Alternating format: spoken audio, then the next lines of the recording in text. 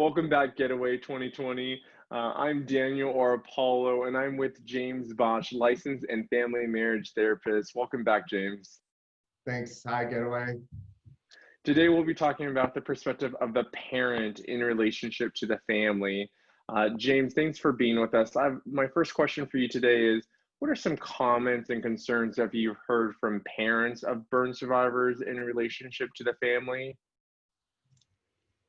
Well, this is a lot of my work is done with parents because this is, and when I say parents, we should define like parents of a burn injured child and parents of an adult burn injured survivor deal with many different, but many of the similar things. So I think that that's important to note. And also, since we're redefining family too, parent can be a mentor or a role model figure in that person's life if there's not a biological parent involved as well, someone that plays that role. Boy, this is a big one, and I'll start by saying, as a burn survivor with a parent of a burn survivor of my mother and my father, but more my mother, I think the number one thing that I hear is helplessness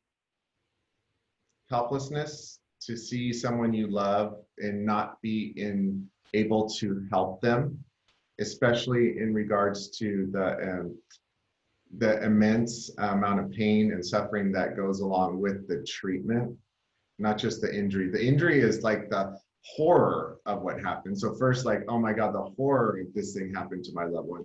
And then there's the helplessness through the treatment. And then another layer is watching their loved one possibly struggle with their new image, with going out into society again. You want the best for our children, right? And it's hard to see them suffer. So that's one. Two is the guilt. So I know my mom talks about this and stuff, is like, not only did she didn't cause the accident, but I was under her watch, right? So it's like, this happened on my watch, and my job as a parent, I hear this all the time. My job as a parent is to keep my children safe. Like, that's like my job, right? My number one thing. And then they didn't, right? Because life happened and an accident happened. And so the guilt of two types of guilt. One, if there was a condition that they might have created just by being busy, whatever, not necessarily maliciously, right? But just a condition that actually was created by their actions that caused the injury, incredible guilt. They were at a friend's house and got burned. Oh, did I make sure I knew what was going to be happening at that house? Did I talk to the parent? All these complexities that can be, layers of guilt. And then, so that's a big thing that parents have to work through, is their own guilt around that situation. And then the other thing is the horror and helplessness of the treatment and the things. So I think those are the things. And then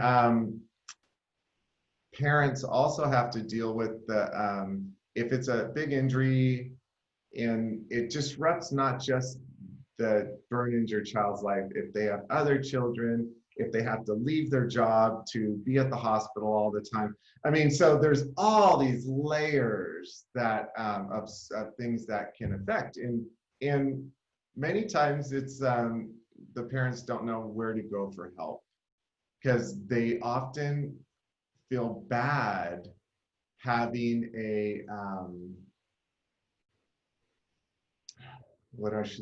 they feel bad talking about what's bothering them, the stresses that's added to them, because, oh my God, but look what my child's going through. So they hold it in, they don't talk about it, and they don't ask for help, because and then it just kind of snowballs sometimes.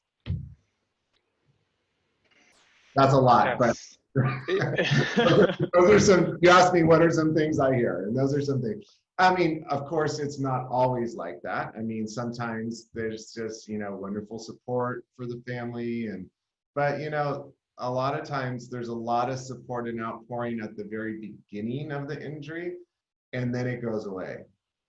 And then the parents are often have to juggle it all on their own. So I feel like the parent support groups, the Getaway, like different things that let the parents, like, give them a space that allow, and I'm talking to you at the Getaway right now, parents, like, to utilize the space of the parent group and in the one-on-one conversations to really, like, allow yourself to talk about your experience and not worry about how it's affecting your burn survivor. You know, I think that's really important. They're doing their own healing. You have your own healing to do too. Well, I feel like you've already gotten into your second question, James, which is what are some tips that you may have for some parents, and how they can heal themselves or they can support the burn survivor in their healing? And I think you touched on it a little, and I think just even focusing on that peer support, right? I think sometimes we see peer support only to be for the burn survivor, and there are very few family members who will reach out to the foundation to ask for peer support. But one of those areas in which we could provide is a parent to parent connection in which they can talk and share. And we know that there's so much healing behind that. But what are some other tips that maybe you can suggest for parents in terms of their healing or the healing of their burn survivor? Well, okay, so let me touch on the peer support part. So that, and there's parents don't often ask for peer support because they're so focused on the survivor's healing. So you're correct.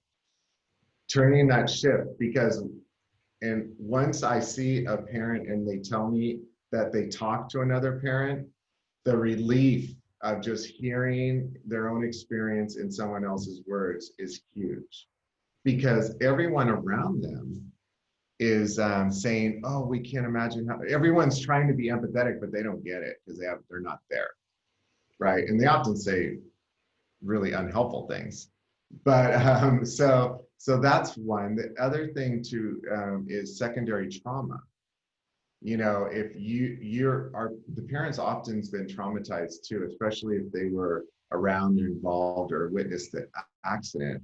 And so that trauma is living in the body too. And if it's not being attended to, it's often coming out in destructive, harmful, not really great coping skills. So I think reaching out for therapy, reaching out to the groups, learning about trauma and how to heal it. And I think also I see this a lot too, is parents stop attending to things that help them, like their own yoga classes, their own coffee with friends, their own whatever they used to do for self-care. They kind of put it all on the side. And then what they find is, like, 3 months later, they're in a bind because their body hurts all the time. They have insomnia, all these, like, symptoms are coming out, right? And it's because they stopped taking care of themselves because they thought that, oh, the care needs to go over here. So don't stop taking care of yourself because you can't help somebody. It's the cliche, you hear it. If you're a parent that travels with your kids, put your own oxygen mask on before you put it on the kid, right? So anyways, that's what I would say. Take care of yourself so you can be there for your loved one. Great tips from a marriage and family therapist, James Bosch. We appreciate you being with us today, James. For more information on some of the programs that James mentioned in terms of our Getaway family trip, our day at the park, our support groups, peer support, or even therapy, go to the www.AARBF website to learn more information. We appreciate you, James, for being with us today, and we will talk to you next time.